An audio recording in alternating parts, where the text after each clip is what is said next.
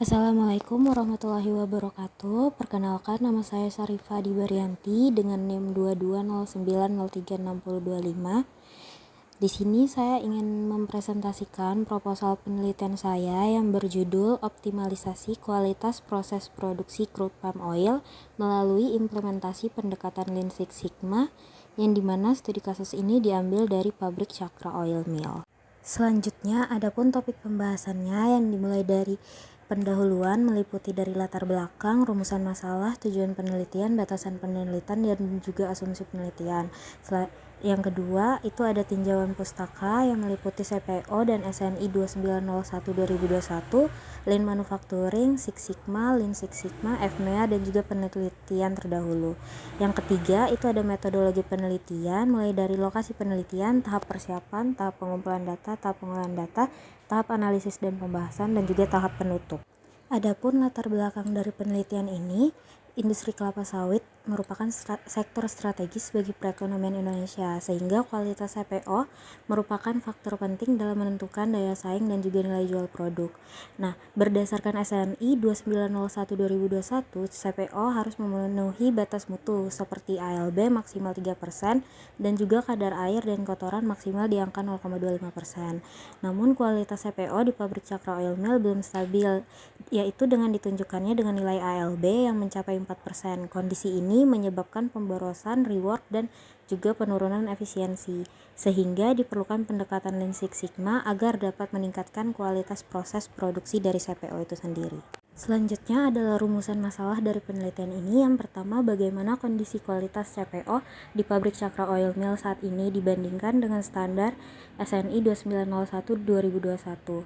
Yang kedua, apa saja faktor proses produksi yang menyebabkan ketidaksesuaian kualitas CPO, terutama dari kadar ALB, air, dan juga kotoran.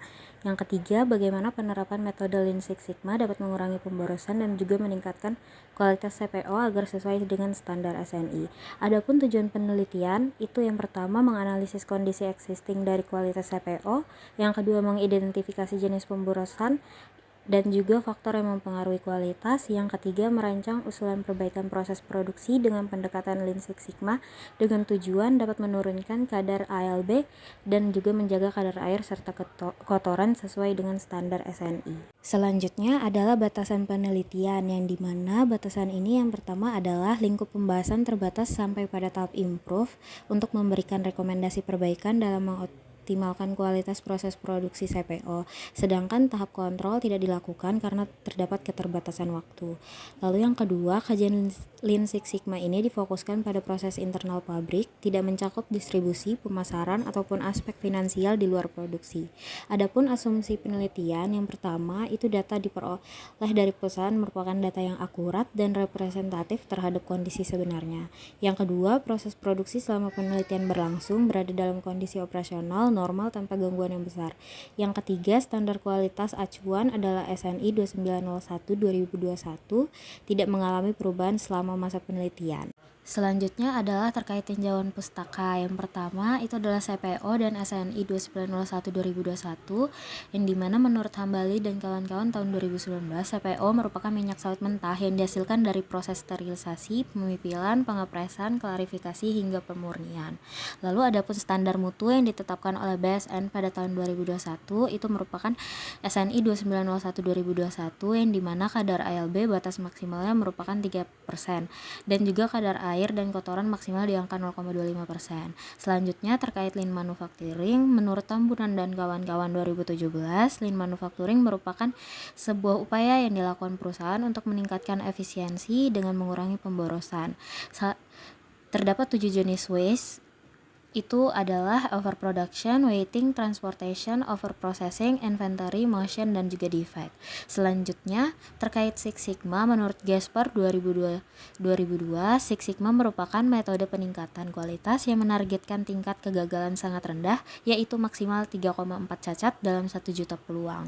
Selanjutnya adalah terkait Lean Six Sigma, yang dimana menurut Koskun dan kawan-kawan tahun 2019, pelaksanaan proyek Lean Six Sigma ini dilakukan dengan metode pemecahan masalah terstruktur, yaitu DMAIC, yang dimana DMAIC sendiri itu tersusun dari Define, Measure, Analyze, Improve, dan juga Control. Selanjutnya terkait FMEA, menurut McDermott dan kawan-kawan tahun 2008, FMEA digunakan untuk mengidentifikasi serta mencegah potensi masalah pada produk maupun proses sebelum terjadi.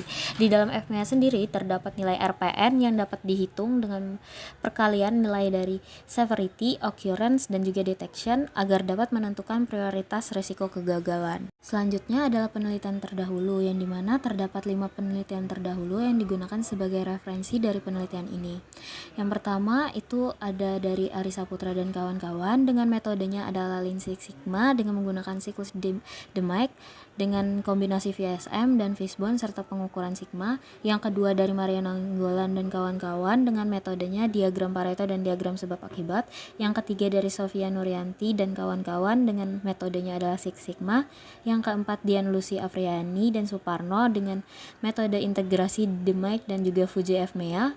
Lalu yang kelima Nisma Panjaitan dan kawan-kawan dengan metodenya adalah FMEA dan diagram Fishbone. Selanjutnya masuk ke tahap metodologi penelitian. Yang pertama terkait lokasi penelitian. Penelitian ini dilakukan di pabrik Cakra Oil Mill, yang dimana pabrik ini merupakan pabrik dari PT Rea Kaltim Plantation yang berlokasi di Desa Kelekat, Kecamatan Kembang Janggut, Kutai Kartanegara, Kalimantan Timur.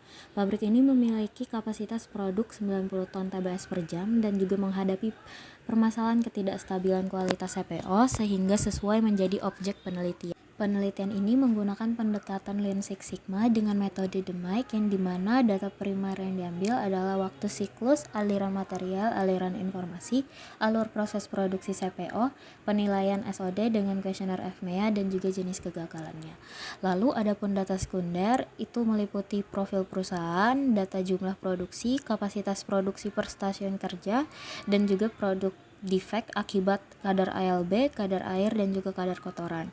Lalu yang terakhir adalah data aktual kadar ALB, air, dan juga kotoran. Selanjutnya adalah diagram alir penelitian yang dimulai dari tahap persiapan, lalu tahap pengumpulan data, lalu tahap pengolahan data yang dimulai dari pengambilan data waktu siklus, lalu dilakukan uji kecukupan data. Apabila sudah cukup, maka dilanjutkan dengan uji keseragaman data.